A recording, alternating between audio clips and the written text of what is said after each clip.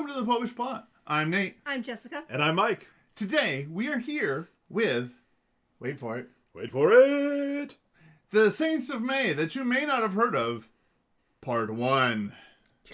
Once again, as we've been doing the past months, we'll be splitting, in order to keep it from being too much all at once, we're going to split this into 2 parts. So, days 1 through 15 will... 15 works. Days 1 through 15 will be today, and then in a couple weeks we'll come back with days 16 through 31. Because it's May, so you get a bonus saint. That's right. Well, I mean, there's Unlike February, where you get cheated. a few where I put in multiple saints. Oh, sure. I don't know. While as an accountant, I am a very fond of every month is effectively 30 days, except for those ones that aren't. But we don't plan that way.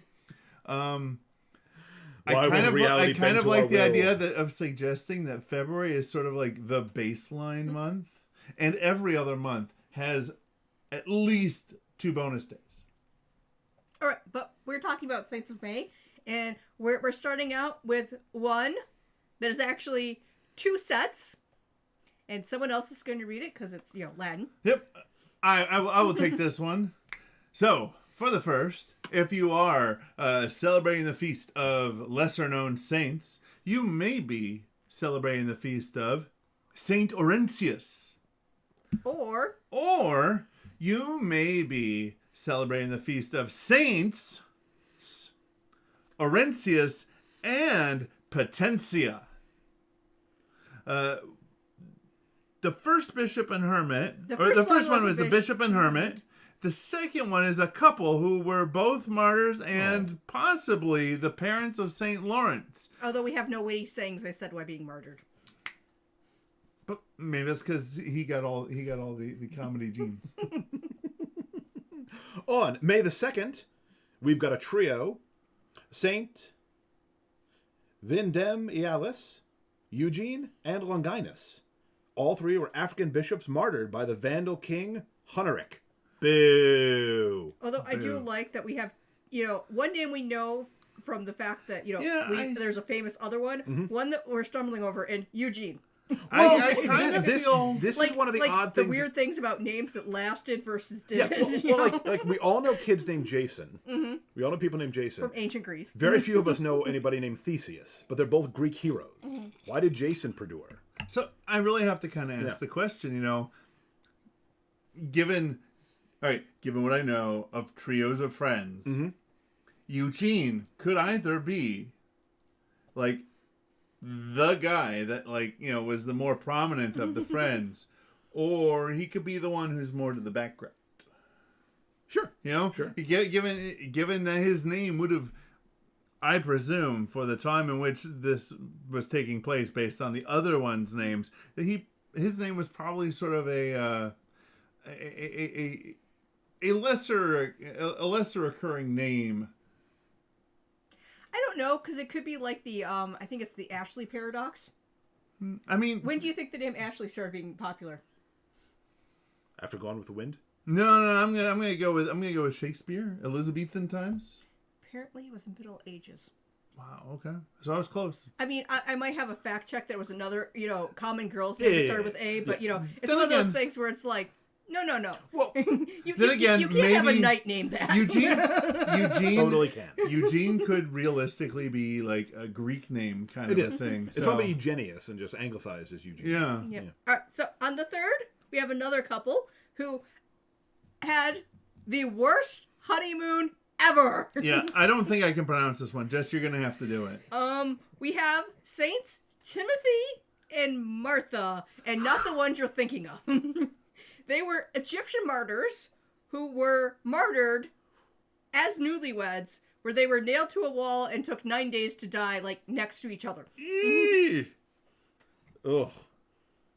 Brutal. Yeah, I mean... But good on him for staying true to the faith. On the 4th, we've got Pelagia. We've got Saint Pelagia of Antioch and Saint Pelagia of Tarsus. Of Antioch, the virgin and martyr, she's named in the Eucharistic prayer of the Ambrosian rite. Mm-hmm. And Pelagia of Tarsus might not have been an actual person, But if her story's true, she was roasted to death by Diocletian, that jerk, for not renouncing the faith and not marrying either him or his son. Yes, it's possible that it was a kind of a telephone line game version of the first saint. Mm-hmm. I mean... And that's why we have some stories say, she didn't marry the emperor, and some are like the emperor's son. Yeah. There's not one where it's like, you must marry me or my kid. Yeah, exactly. One of us. We don't care which. So here's what I'm going to say. To any tyrannical despots out there who may For many viewers who are tyrannical despots. who may be considering the possibility of killing the person who is rebuffing your advances, Mm-hmm. or the advances of someone you love. Mm-hmm. Don't? Maybe turn the camera around to look at your reactions to things, because I really think that death is an inappropriate recourse. At the very least, it's an overreaction. Yeah, I mean, it's It's a permanent solution to a temporary problem. yeah. Mm-hmm. And for tomorrow, for the next day, the 5th, we have a permanent patroness of a temporary country. We've got Saint Jutta, a widow, visionary, and miracle worker who was the patroness of the former Prussia. I mean, she could still technically be patroness of Prussia. It's just it's now its borders are a little more. Yes. There were still patrons of Poland even when there was no Poland. Exactly. That's because the Polish people have hope that their constant, steady despair will outlive whatever tyrannical government is taking them over this week. God's power is not restrained by political borders. So therefore, if you take the political borders away, what does that mean to God? Amen. On the 6th, Nate? Yes, I was going to say, I think it's my turn. I haven't done one since the 1st. On the 6th, we have Saints Heliodorus and Saint Heliodorus and Saint Heliodorus. So, flip a coin. Pick one. The first one was a martyred bishop in Mesopotamia, another country that no longer, technically speaking, exists. That's not a country. It's always been a area. region. Yeah, fair enough.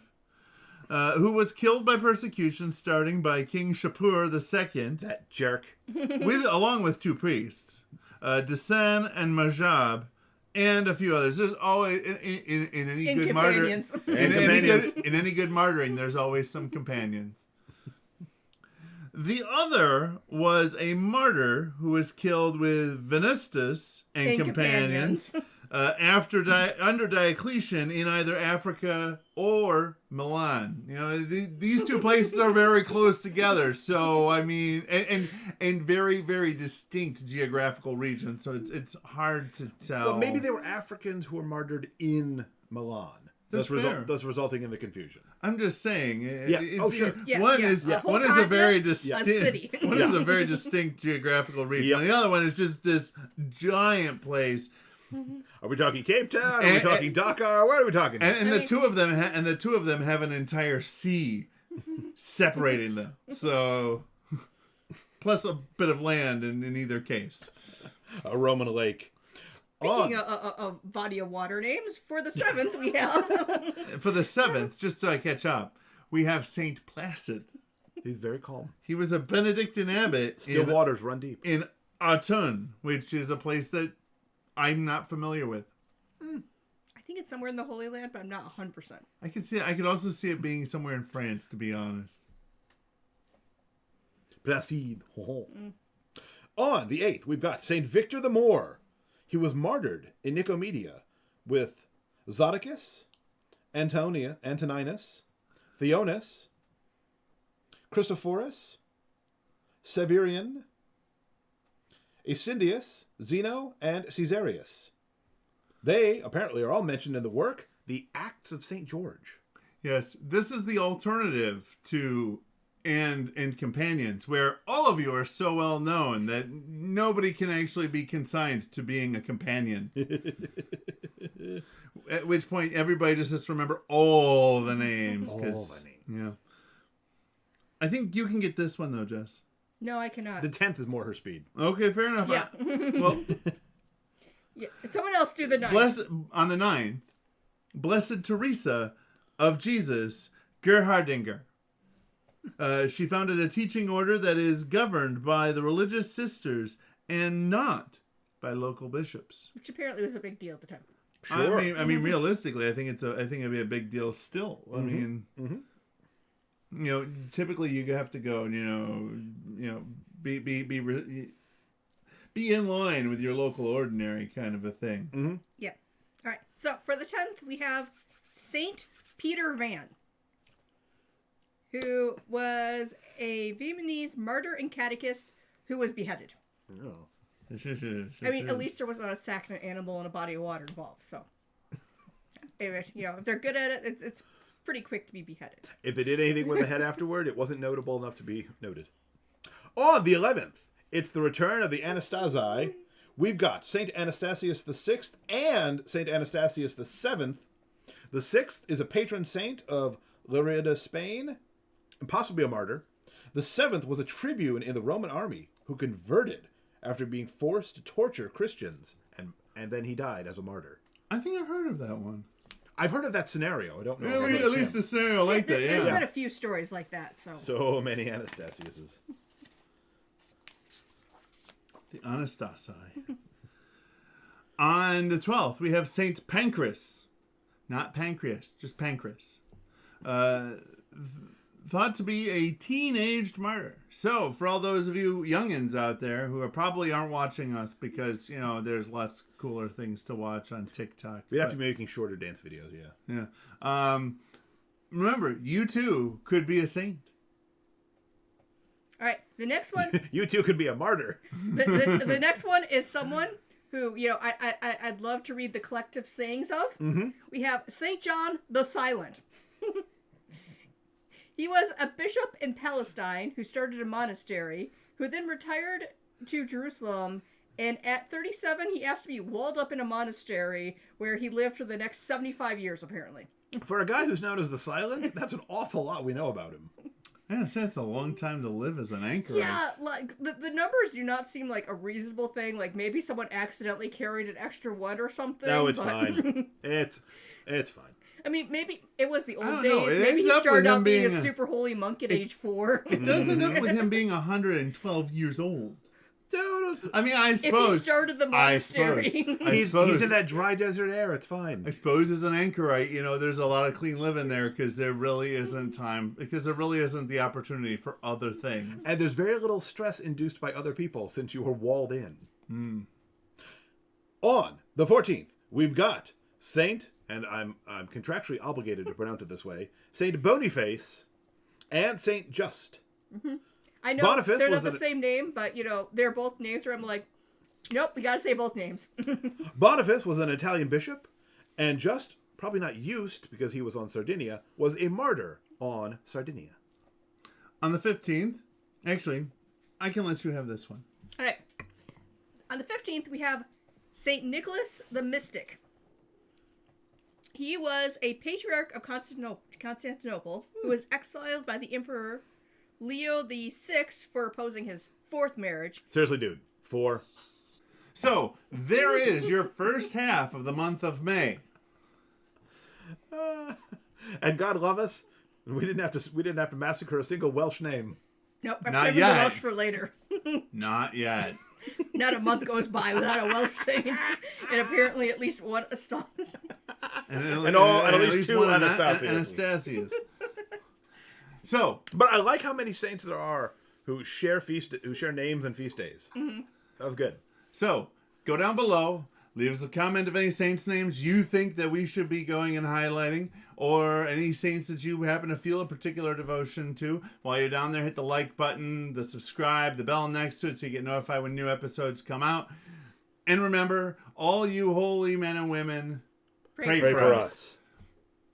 And until next time, remember to live your faith. Love your faith. And share that love.